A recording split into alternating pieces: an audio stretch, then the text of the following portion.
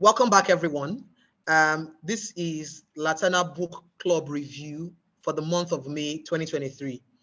Our typical process is to have our reviewer go through the book, right, and share their thoughts and views, and then we take questions.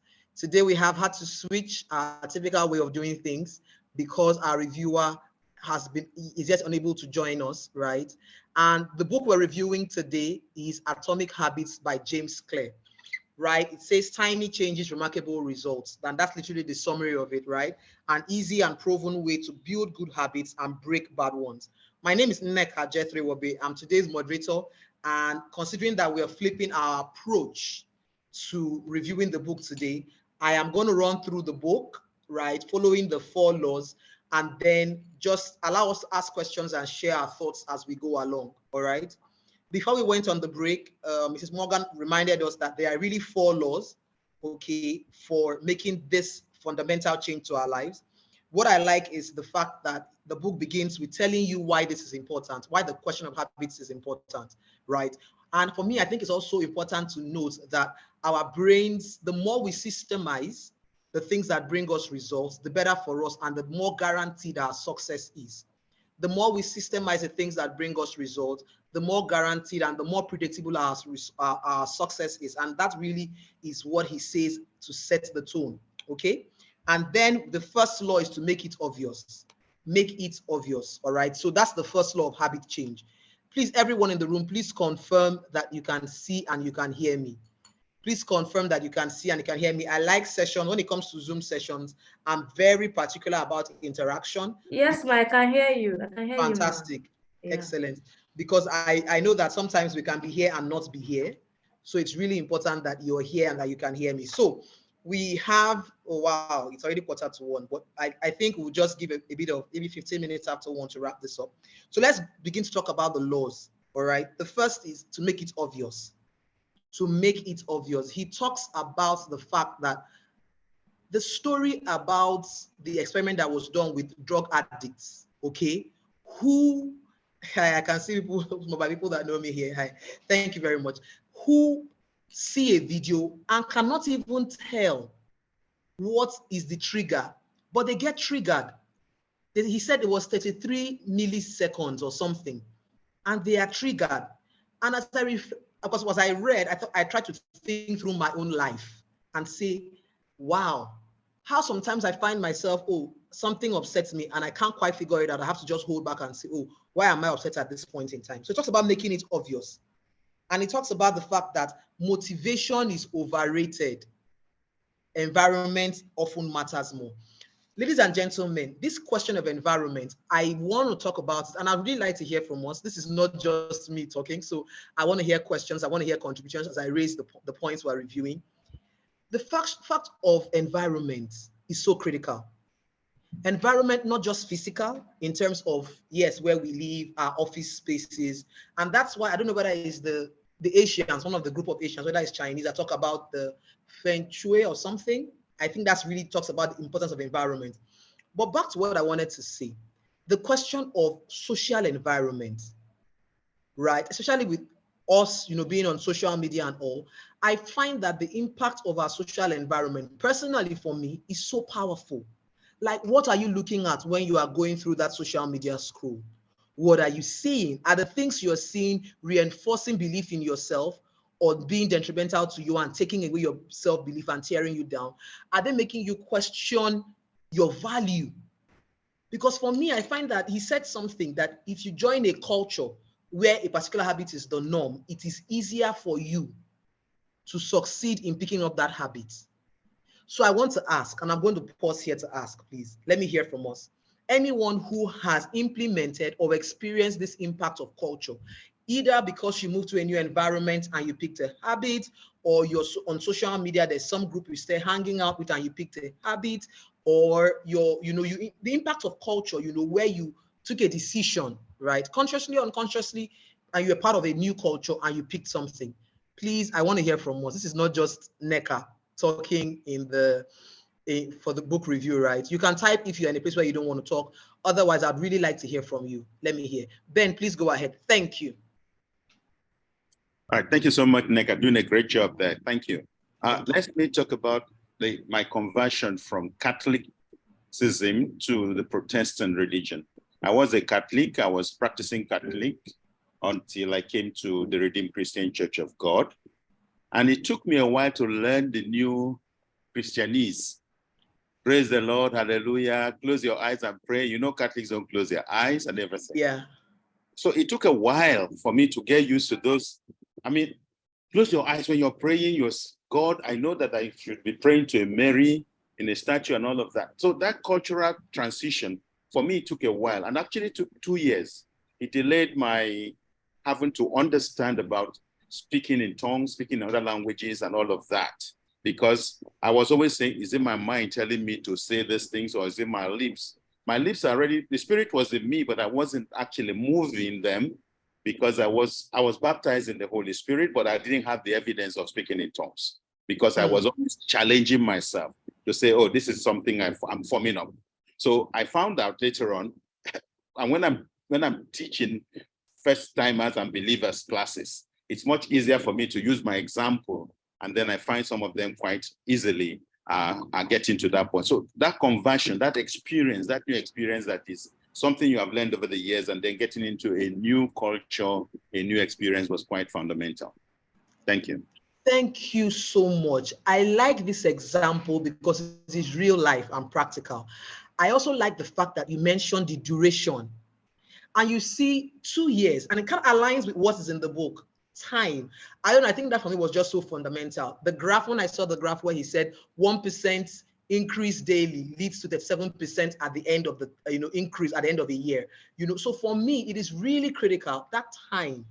Many of us are not patient with ourselves. We want quick results. And in this era of social media, it's kind of worse, right? Where someone looks like an overnight success, okay? Looks like, oh, they just hit it now and then they are there. Nothing like that ever happens. That's the truth. So thank you very much for sharing. So we're going to move. He talks about the secrets to self-control and how environment is so critical. I think that one is one of the ones that impacted me the most. Does anyone else want to share about the impact of environment before we move on to making it attractive? Making it attractive. Anyone wants to talk about the impact of the environment on you? I think that one of the ones that comes to mind is when you interact with, for those of us who have friends who have traveled out of the country and you're speaking to the kids, and it's almost like after a year, what was happening? It's not the Temi that I knew. The accent has changed, everything has changed. The impact of environment is really critical in helping us. One of the things I found is that you talked about the water experiment, and I tried it in my house, and I found that whenever my kids got back from school, once they came into my room, because I work from home on some days, and they saw a bottle of water, the first thing they wanted to do was to drink water. And I said, if they didn't see that water, they wouldn't have drank water. But because they saw a bottle, then they now want to drink.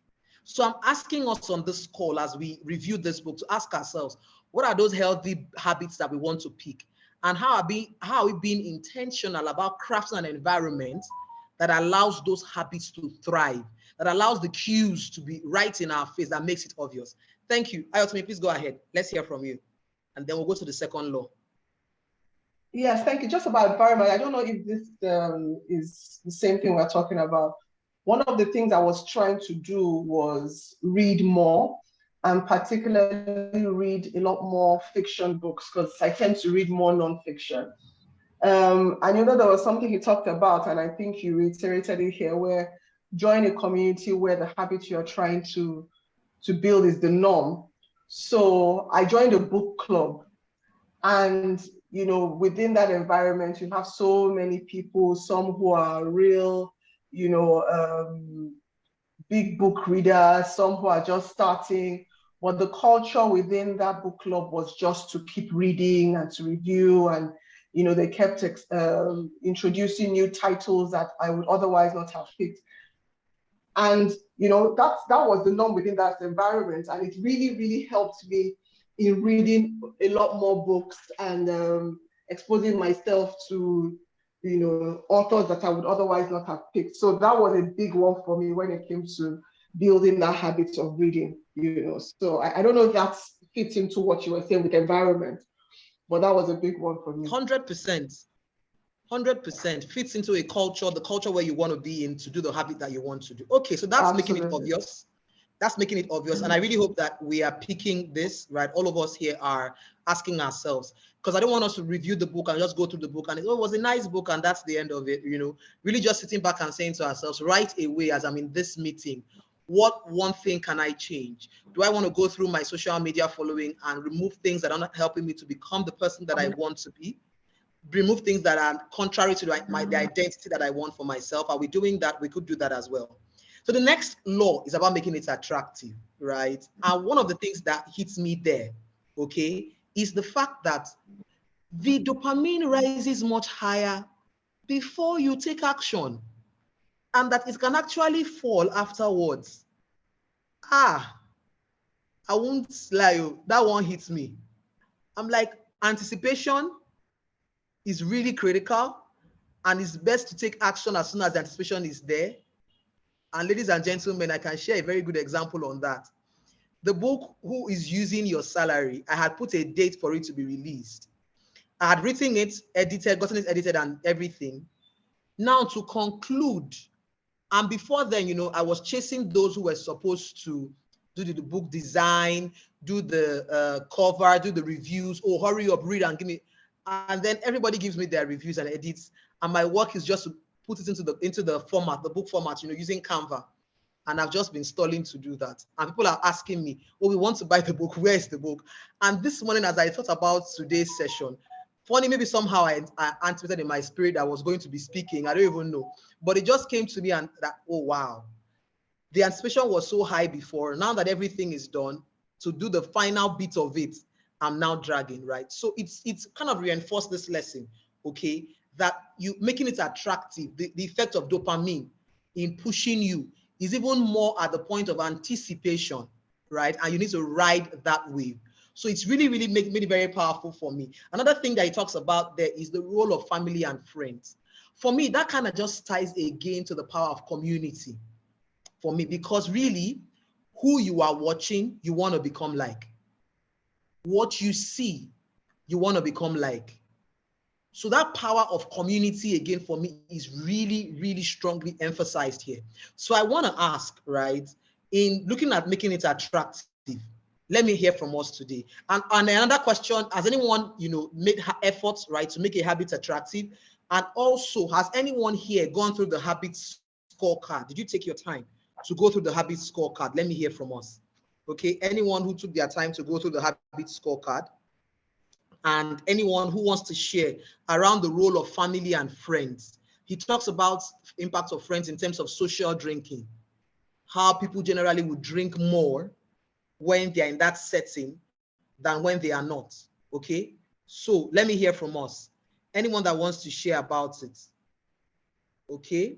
All right, so I have a comment here that from Olumide Bodethorpe. Says, hi, I'm Olumide, and I got introduced to this book by the convener of the 5 a.m. book club. I think Robin, his name leaves my mind, Robin Sharma, right? He says, though I'm here to complete the book, I'm on the 3rd law.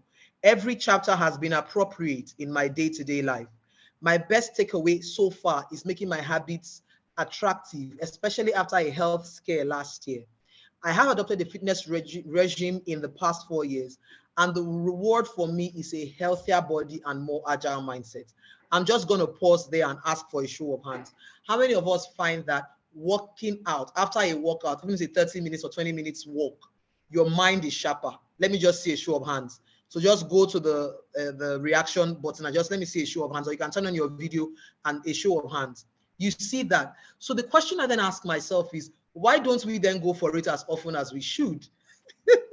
When we can testify that the impact is there. I find that I'm more productive when I go for a walk, when I go for a run, when I dance. I remember driving into school to drop my kids in school, and someone said to me, oh, you're looking sharp. It's like you walked out this morning. And I'm like, wow, just the drive in. And it is so clear that you are sharp and you are agile, right? So he says, this habit has helped me to become more conscious of the way I live each day and how to engage with colleagues and customers at work. This book is a must read for anyone struggling with habit changes. He has at least bought 5 people the book and they are now disciples. Amazing. Amazing testimonial. Thank you so much for sharing. Thank you so much. Okay, so we're talking about making it attractive. How do you make the habits attractive? How do you reward yourself? How do you link a reward? It talks about using stacking of some sorts where you put, okay, so please, can we put the hands down so I know when we have hands up for questions or comments? All right, thank you. So if your hand is up for a question or comment, you can leave the hand up so I can just pick that up. All right, I can just pick that up. So if you have your hand up for a question or a comment, you can leave it and then I'll pick it up. Okay, I don't know. Let me just know. Okay, appears to be, okay, that's it. Everyone's hand is down. Okay, so it talks about, I was going to share something and then my mind just, okay, I'll come back to it when I remember. It's talking about the impact of the role of family and friends in making our habits attractive. So let's go on to, anyone else have any thoughts to share around this particular second law before we go on to make it easy? I know it's 4 minutes to 1. We kind of started late, so I want to crave our indulgence to just give us another 10 minutes to wrap up, right? Yes. And then we'll go from there. Okay, yes, ma, please go ahead. Okay, concerning the impact of family and friends in making it attractive, you have to be in charge of your environment. You have to also understand that you have a plan and a focus. And you have to make sure that people are watching you in the family and in your environment and in your place of work.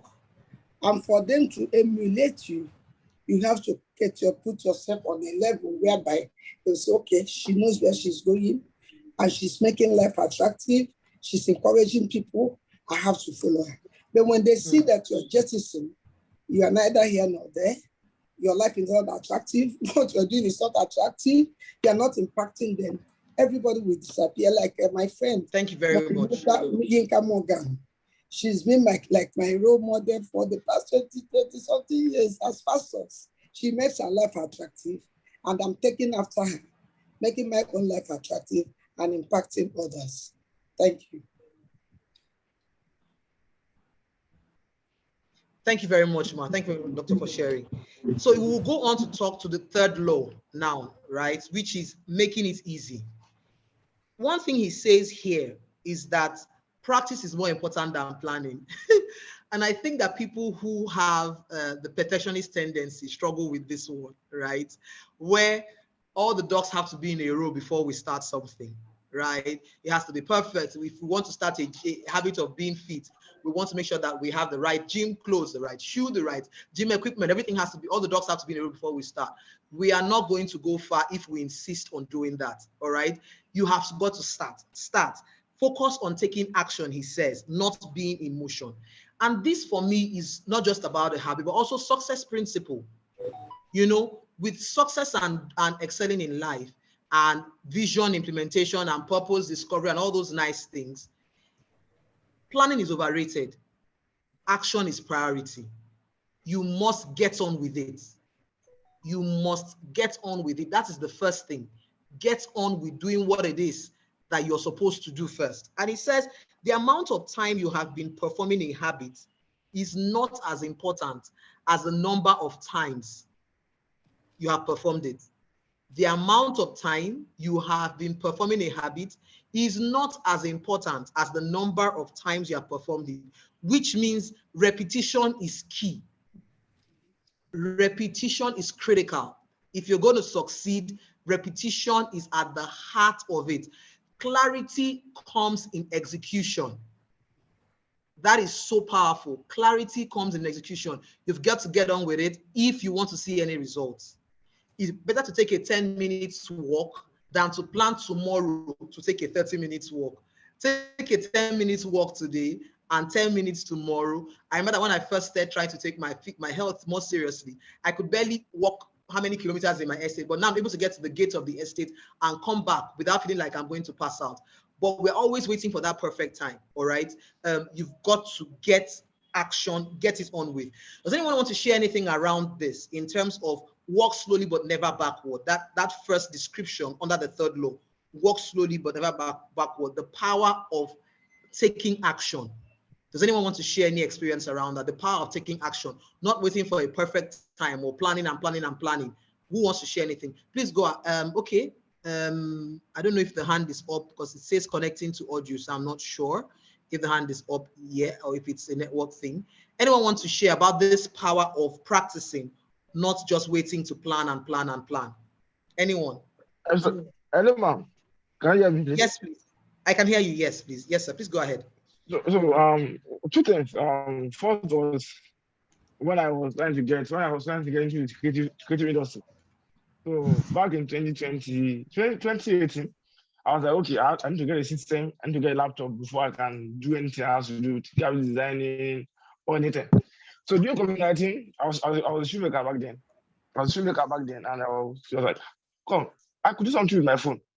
So I went on YouTube, download videos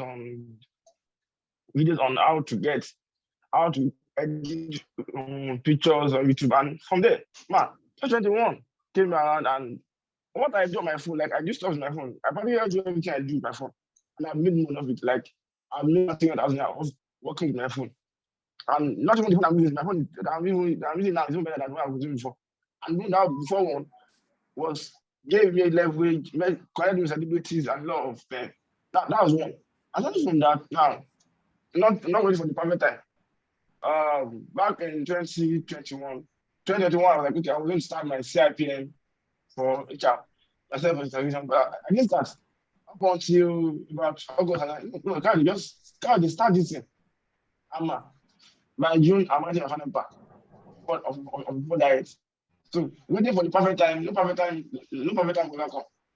Just start from where you are, and along the way, that perfectness will come. Powerful for us to see examples. And I know that if we go around the room, right, we'll see people, right, of starting something and seeing how far it goes. Further on that third law, all right, is the fact that you use technology to automate your habits. It is one of the most reliable and effective ways to guarantee the right behavior. Using technology is so critical and so important, all right, to helping us, okay, automate our habits. How we're able to prompt ourselves, how we're able to say, oh, what time is it? You know, I need to do this, I need to do that. But there's a fine line using technology, because sometimes it talks about the device and multiple uses of the device, where one device is for social media scrolling, all of those things, and still want that same device to be the thing to prompt us to do certain things. We have to be careful, all right? But automating and systemizing success is really critical. Okay, so it's 103. I had craved our indulgence for about 10 more minutes before we wrapped up today's session, but our reviewer is in the room now.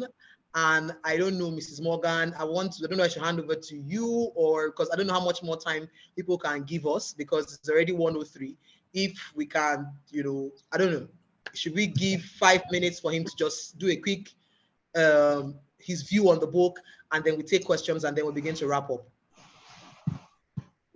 10 minutes, and then the question for 15 minutes, please. Thank you. Okay, cool. Okay, thank you very much. Okay, so here, good afternoon again, everyone. So like I mentioned at the beginning, we are going to, we had to flip things, all right? We had to flip things. So our reviewer is in the room now, and I would just quickly read his profile out, and then I would introduce him, just a very abridged version because of time. I'll make it very abridged. Our reviewer is Mr. George. Now, I'm going to take a pause and breathe in before I pronounce his surname. I'm very particular about names because it speaks a lot to me. Onafowokan, right? I hope I haven't murdered it, but I like names, so I'm very particular about it, okay? He's the CEO of Coleman Wires and Cables, all right? And the interesting thing I like about his story is the fact that he came into the company when the company was in a state of, I don't know what I would call it, regression, I think is the word that comes to mind. And he's been able to turn around the business, right? Establishing and creating so many firsts in that industry. What I also like is literally putting our face as Nigeria on the map, okay, in terms of being a hub and a leader, right, in the production and manufacture of wires and cables in Nigeria. I watched the video of the tour of the facility, and it was just mind-blowing to see the level of creativity, the level of excellence displayed and one can see in that facility. All right, so I'm going to hand over to to him. I'm going to crave our indulgence to please give us a bit more time on the call this afternoon. He would quickly share with us his thoughts. He would have to summarize over the next 10 minutes. And for those of us who have questions, I would really like to also get our questions ready, and so that we can ask the questions. So this, we will definitely be closing before 1:30, but please give us a bit more time, and I'll be handing over now to Mr. Onafowokan to please take over the presentation. Okay. Everybody, first and foremost, hello, Mrs. Morgan. I must apologize. I don't want to speak like a politician and say that the circumstances beyond what I could not avoid. I think I had to send a message to both Neka and Mrs. Morgan about what I was doing.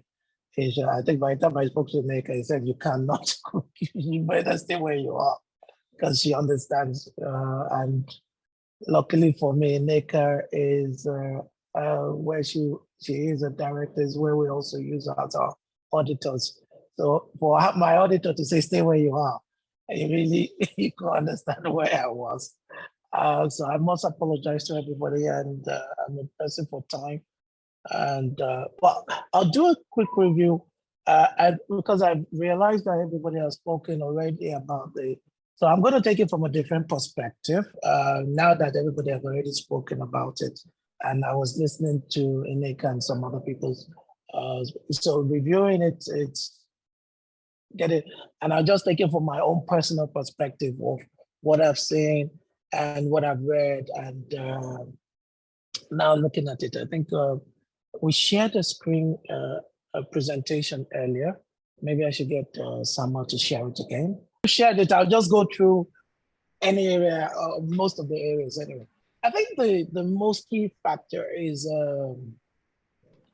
I think this book is quite synonymous with, and when I posted it, the number of people that actually came back, oh God, the impact that this book has done in their lives, it's quite astonishing. James Clare has done something good.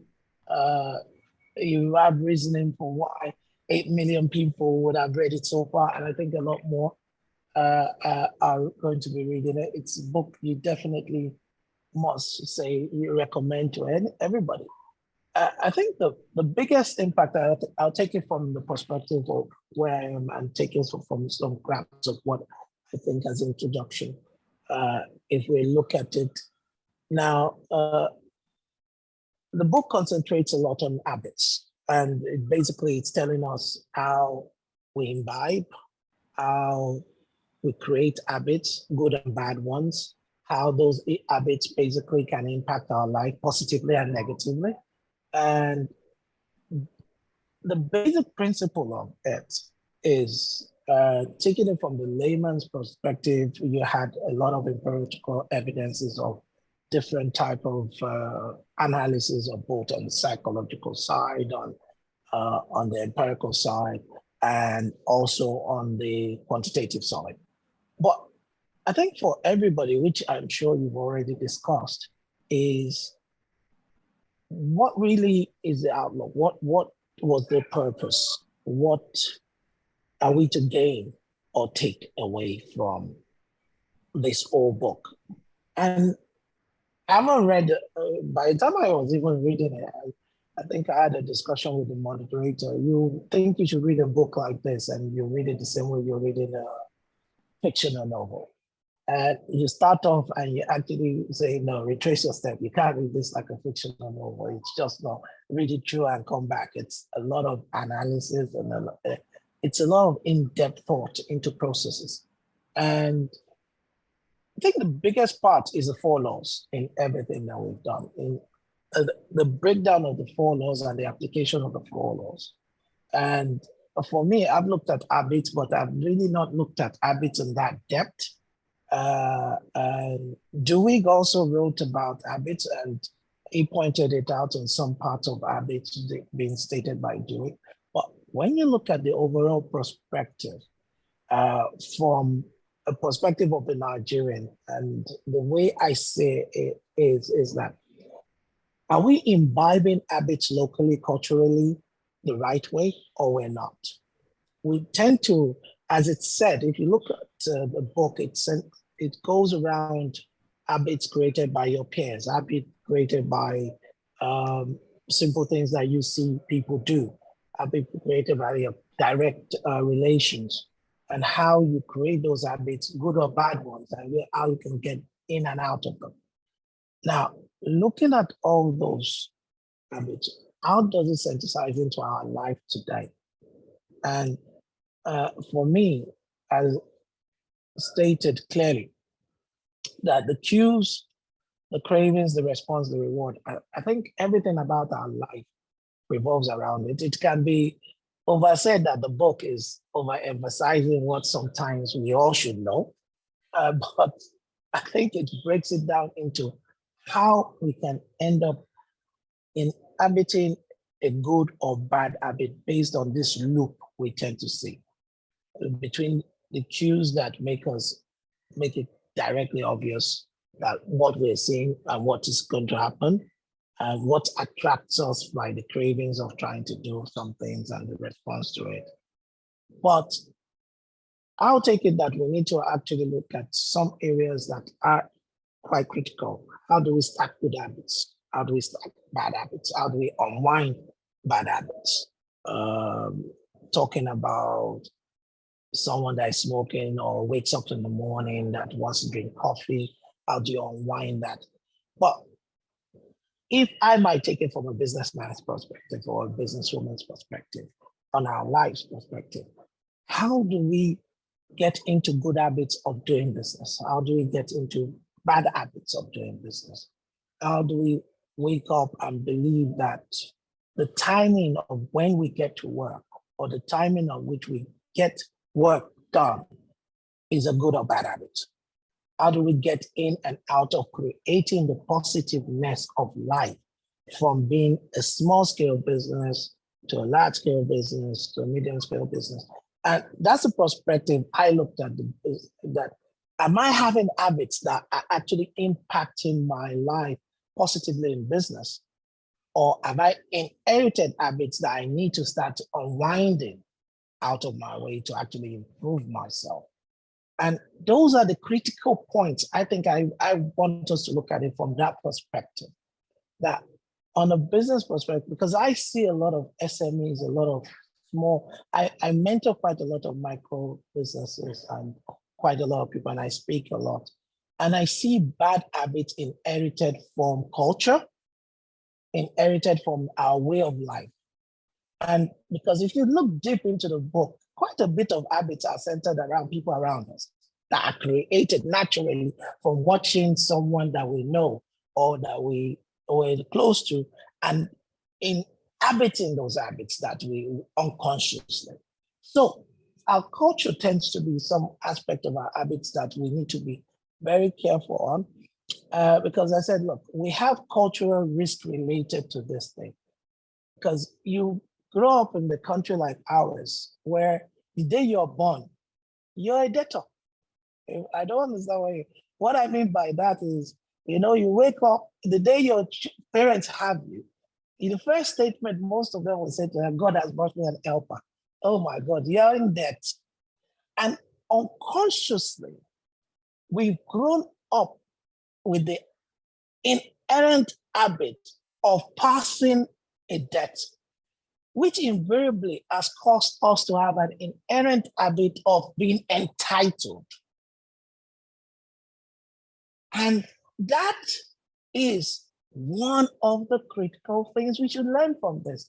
If we are having bad habits, even as a people, how do we unwind these bad habits? I speak to cultural risk issues when I speak to people, that the inherent pressure from family to perform, to take on responsibility from birth has become an habit inherent with almost every parent, has become an habit inherent in every family member that is feeling it's my brother, it's my sister, that is inherent, is meant to do, because it's inherent habits that are come in generations, unwinding some of these generational problems. And we need to culturally look at how do we unwind a lot of things that we do. Culture is good. I love our culture. Nothing I'm knocking it. The only inherent problem I see with some of the habits of the culture is that it becomes so repetitive, like any habit. It becomes so repetitive that it becomes a norm. And it becomes very difficult to unwind a norm when it becomes something you do so frequently.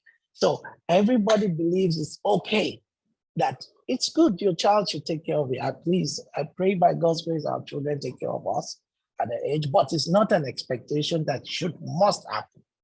It's an inherent habit that we've practiced, that we've done, that is needs to be a bit unwind or balanced, so that the child is free to perform at pace that at the end still leads to the result, but is not pressure to act on it too quickly.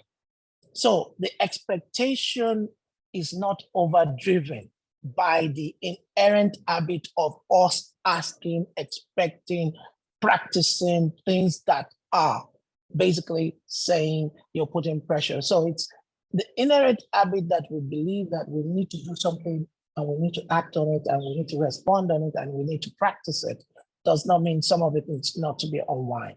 So that's my own perspective of taking it from which good habit, which bad habit that can we as a people, as a nation, look at where we can do well. Where, for me, I look at myself today and say, okay, what as an habit have I done better? Or what can I do better? Or what can I unwind better?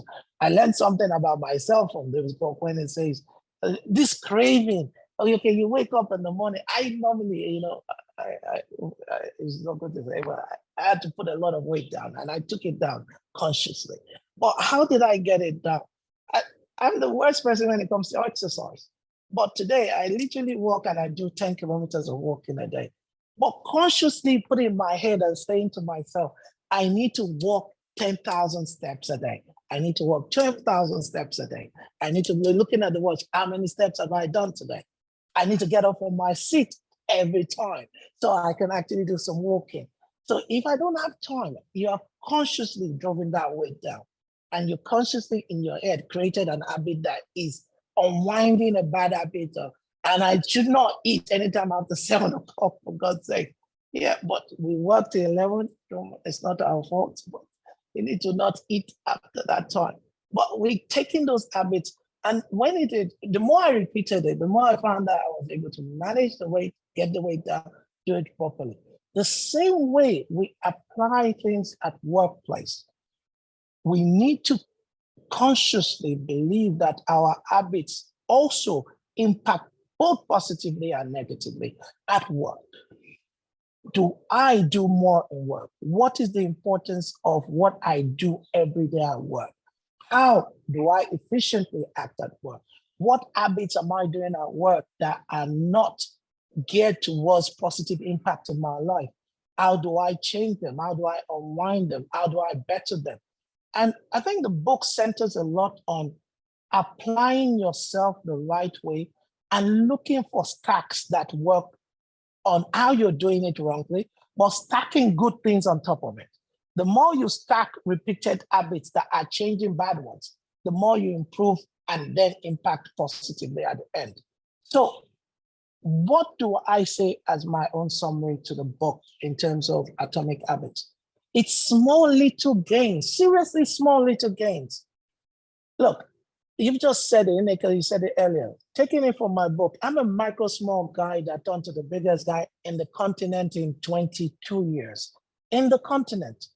And it all started from micro small, where money really, if you give me 1,000 naira, it will matter a lot. But it turned into, but it meant I have to accept that little gains take me the next step. Little gain take me the next step. Leaps don't last. Little gains stay. And I think we need to cultivate the attitude that even in life, in business, little gains are significant. The more you actually put significance to your little gains, the more you count them. You know, that word, little drops make a mighty ocean. little gains make a mighty business. And that is the theory that this whole process is talking about, that we need to psychologically imbibe our ability to take atomic little gains in order to gain the totality of where we're going. And then reward ourselves for those little gains. Acknowledge the reward. You've gone your little step up, you've moved up your business little. It's acknowledged, it's an achievement, it's a team achievement. Any achievement you do, reward yourself, acknowledge it to yourself, be open with the acknowledgement, practice it, repeat it. The more you repeat it, the little gains stack up and then become mighty gains. So I think for me, it's a fantastic book. It's a book everybody should read. It's a book that will impact life, but I think it's a book, when you're reading it, please don't look at it on, it's a lot of analysis from different perspectives. But for me, it's picking the chapter that really shapes you. There's a lot of chapters in that book, but it is not a chapter for everybody. It's a chapter that you should read through and pick one. I think the one that took out for me was the 4 laws. And on the first, third and fourth chapter, where he talks about the cues, cravings, and response and reward, I grabbed a lot from that, and I could understand now, even for me as a person, I could take that 4 steps into literally almost everything I do now. And so pick part of the chapter that literally impacts your life positively. Take it from there. That's the little steps I'm talking about, little habits, little jobs, pick a chapter that first impacts you, then take it from there and see where you can grow into other chapters of the book. But trying to imbibe everything of the book on day one, I think it's impossible for any human being to do. So don't take the book as a book that is like a Bible, like I want to take Genesis to Revelation. You need to take it bit by bit and then say, look, I picked a chapter out of 20 chapters, 295 pages, I believe. You picked one that says, this is you. Then take it from there. So thank you. I think I'll wrap up. I apologize again. I think I've gone over my 10 minutes. And thank you very much. I think for me, the habit, the major habit that has impacted my life is the repetitive belief that I should expect nothing from anybody and I'm never disappointed. And which meant I literally imbibed the habit of believing it's not my right to be entitled to anything from anybody, and it's not their right to tell me a yes or no. If I get a yes or a no, irrespective, it meant I needed to work harder to get a yes from somewhere else, but not get annoyed or resentful to the person that said a no, because it's within their rights to tell me a yes or a no. I didn't take it as a point of entitlement to whether I'm close to them or not. So that habit of not expecting anybody to automatically, because of maybe my closeness, my knowledge of them, or my friendship with them, should give me a yes automatically, meant I wasn't offended. And it meant I wasn't expecting. And it meant I wasn't entitled. And thereby, it meant I needed to make it happen, irrespective. So the ability to drive past, intentionally drive past the negative of your thought process meant I kept going on irrespective. And second habit really was the case of looking at everything on the long term. For me, it's every decision should not be too short term. There should be your short term, there should be your medium term, there should be your long term. And one of the habits that really does make that possible is discipline.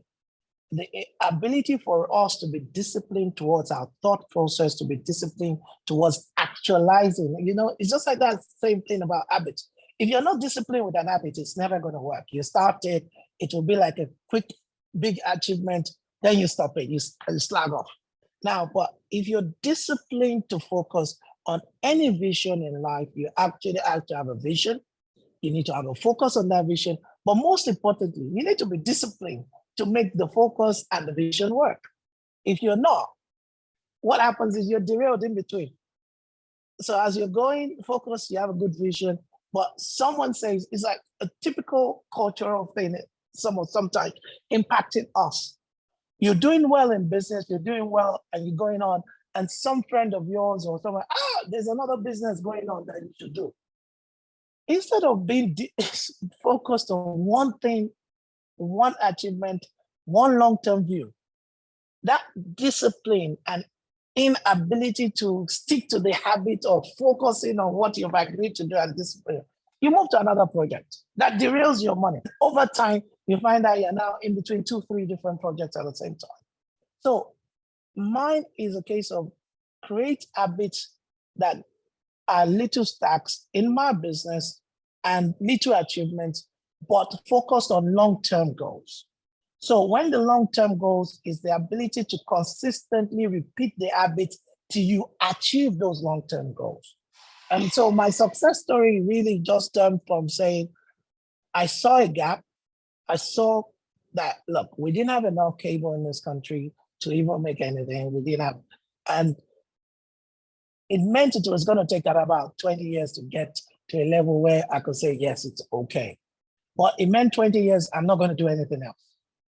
And sincerely, for 20 years of my life, I didn't do any other business. But in 20 years, did I achieve scope of being disciplined to that focus, to that vision? Yes. Did I delay gratification of trying to get there? Yes. Reinvesting 98%. And consciously as an habit, it meant you see your account, you put 98% back into the business. It took a lot to actually be that disciplined that all your profit, 98% of it goes back in for 20 years. But today, can I retire? Yes, I can.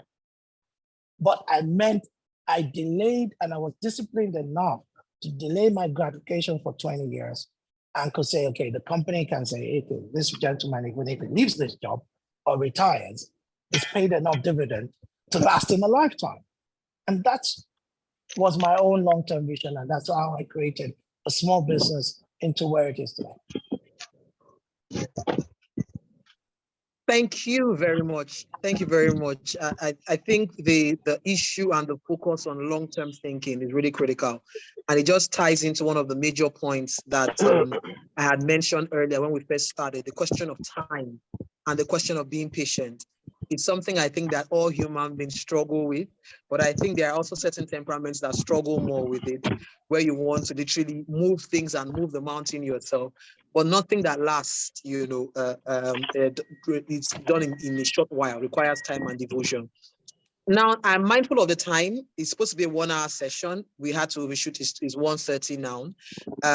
I know that, yes, he says 98% of the profit was reinvested. That actually hits me as well. So thanks for reoccurring that, Sam. That's really powerful to hear. And that speaks of strong discipline, because it's very tempting. I mean, there's money, let's just spend small, but then we're reinvesting 98%. So yeah, that's really a powerful story. So it's 1:30, and I'm mindful particularly of us stretching this further. So what I would suggest is that we begin to wrap things up. Before we do, I want to also mention to us that this book club is one community that we should be part of that helps you to grow your habit of reading. And it's not cliche when it is said that readers are leaders. It's not cliche. It's true. It's facts. It's proven time and time again. So if you want to be intentional about building a culture of reading, habit of reading, this is one opportunity for you to be able to do that and begin to get value to yourself to help for your own personal development and success.